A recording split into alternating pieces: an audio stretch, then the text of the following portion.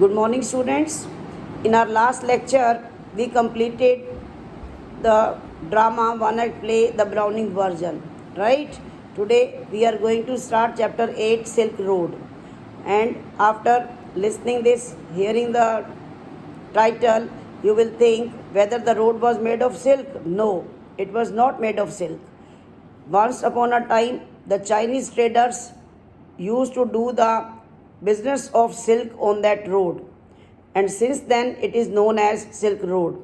It is written by Nick Middleton, or this chapter is about narrator's journey from the slopes of Ravu to Mount Kailash to complete the Kora. Kora means religious journey. What is there in this story? There are three characters, main characters: narrator, his friend Daniel, who accompanied him up to half of the way, and Satan, the driver, whose cab was hired for this journey. One more lady, Lahamo, who was the caretaker of that tent where the narrator had been staying for the last few days in the mountains of in the hills of Ravu. She is visible only in the beginning, not later on. Come to the chapter, what is there in this Silk Road? A long chapter it is. As I have told you, the narrator was moving towards Mount Kailash to complete the Kora in the morning. He witnessed a beautiful half moon in the blue sky. The clouds looked like French bread, which glowed pink because of the sun, which spread a slash of rays on the mountain tops. It looked like a rose-tinted blush, red color. Rao and Lahamo wanted to give him a farewell gift. One evening, when the narrator passed a message to Lahamo through Daniel, she gave him a long-sleeved sheepskin coat which is meant for men. Satan, silent, Satan looked at him attentively while he climbed into his car. He declared yes and said Drogba to him, which means Kora in the region of Tibet. They took a shortcut to cut off the Changtang, a place.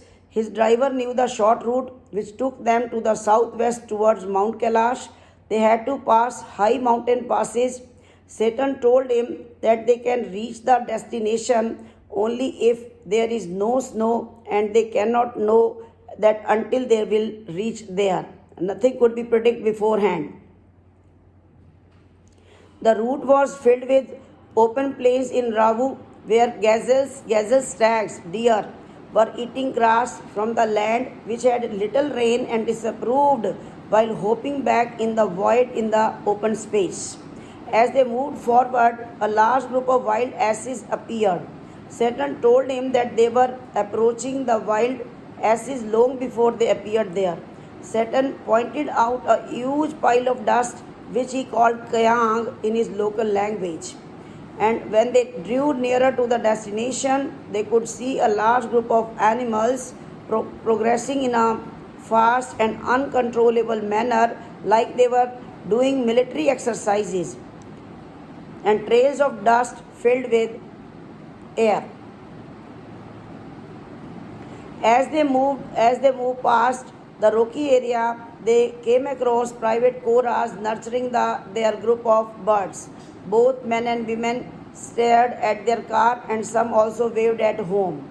As they moved closer to the animals, the sheep would take a slippery path and would suddenly move into another direction away from the car. They witnessed nomads' tents, which were dark in complete isolation, and big black Tibetan dogs standing as their guard. They fixed their look on their approaching car, and ran behind it as a bullet fired from a gun. So fast they were. This species of dog was called Mastiff dogs.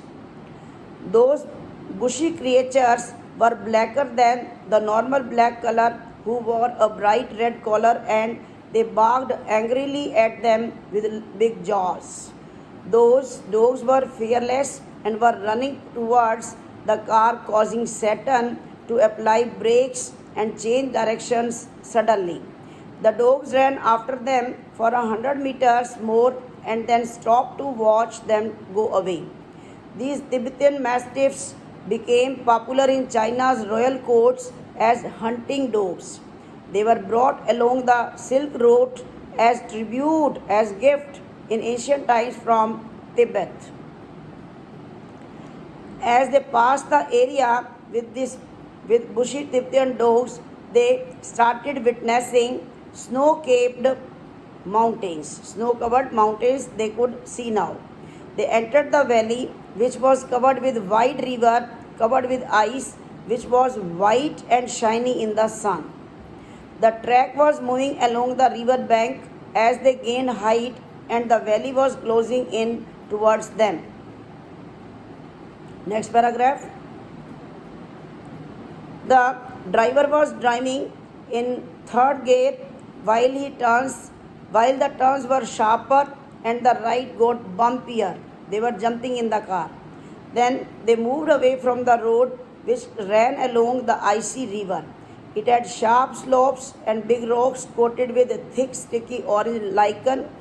Below the rocks were chunks of pieces of snow. The narrator felt a pressure on his ears. He held his nose and snorted in order to clear them. A sharp turn came again, and Saturn stopped the car and jumped out from his seat. Daniel too did the same. He exclaimed, "Snow!" in the excitement. A long track of snow was in front of them, which was about 15 meters long before it diminished and the normal dirty track appeared again. The snow was on both sides of them, and it was difficult to move the vehicle in that condition. The narrator joined Daniel as Saturn tried to move smoothly over the snowy surface by stamping his foot on the surface. What he was doing, he was ensuring how deep or how hollow the snow was. The narrator saw his wristwatch and checked the altitude. They were at 5,210 meters above sea level. The snow was deep beneath its icy top surface. Daniel said that if they turned their car over, they could slip off. Saturn grabbed dirt and threw it across the frozen surface. They pitched in and helped Saturn until the snow with soil appeared, and it lowered the tension of Saturn. He drove back the car and slowly drove to the more comfortable side of the road. After 10 minutes, Saturn stopped again as another obstacle came in front of them. They drove around the snowy track, which was steep and filled with rocks. He further drove from the hairpin bend, moving on the higher side where the snow was still there.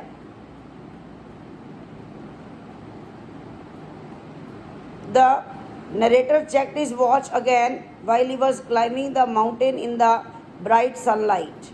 They moved up to 5,400 meters height, and his head began to pulsate again. He had a few sips of water from his bottle, which helped him to climb the slope. They reached at 5,515 meters, and a large pile of stone was decorated with white silk scarves and some dirty prayer flags. They took a turn around the stone in a clockwise direction as in the tradition, and the driver checked the tires of his vehicle.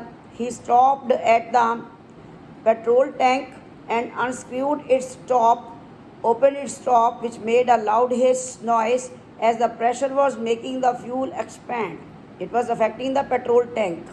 The driver told him maybe it's dangerous, but told him not to smoke around there. Okay, we will continue in the next lecture.